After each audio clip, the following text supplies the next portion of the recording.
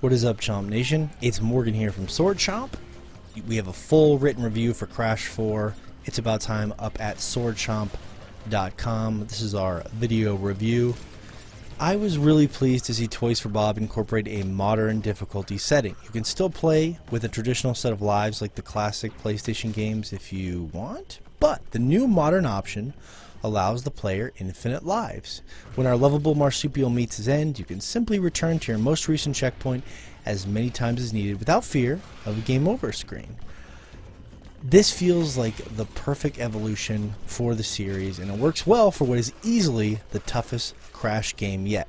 Despite knocking the new modern difficulty setting out of the park, however, there are other aspects of the game's difficulty that feel problematic. I feel like Toys for Bob turned up the dial toward the sadistic just a little too much. Speaking of sadistic, I'll give you an example. The collectibles here are insane. Crash Bandicoot isn't exactly a collectathon style 3D platformer like a Banjo-Kazooie, but collectibles are a vital part of the experience. The most ruthlessly challenging collectibles here are the insanely perfect relics.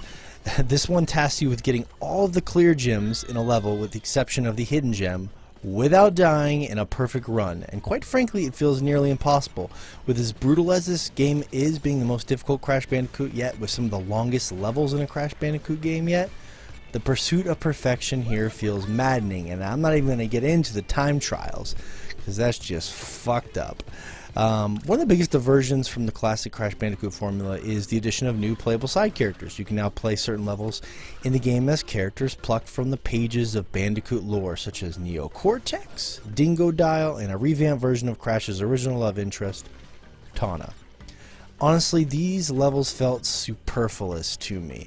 It's not that they were executed poorly, but they were not executed as well as Crash's levels. They were not as interesting to me or more interesting to me than playing as Crash Bandicoot.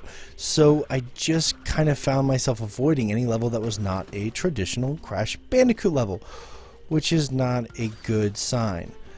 But I applaud Toys for Bob for at least attempting to shake up the formula a little bit. The art direction is gorgeous, and it's far and away the highlight of the experience for me. Much like the Spyro Reignited trilogy, Crash 4 is bursting at the seams with colorful charm. The new vibrant art style is the way I dreamed Crash Bandicoot would look as a kid. Toys for Bob does deserve a ton of credit for doing the original Crash trilogy justice with Crash 4. You can tell this game was molded from the minds of developers that truly love the jort-wearing marsupial mascot. The art direction is stunning, and the gameplay feels like a subtle but modernized evolution of the franchise's core gameplay.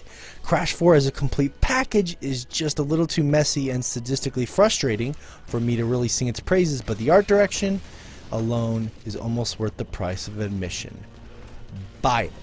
Thanks for checking out this video review from Chomp for Crash 4 It's About Time. Remember, the full review is up at swordchomp.com. Peace out.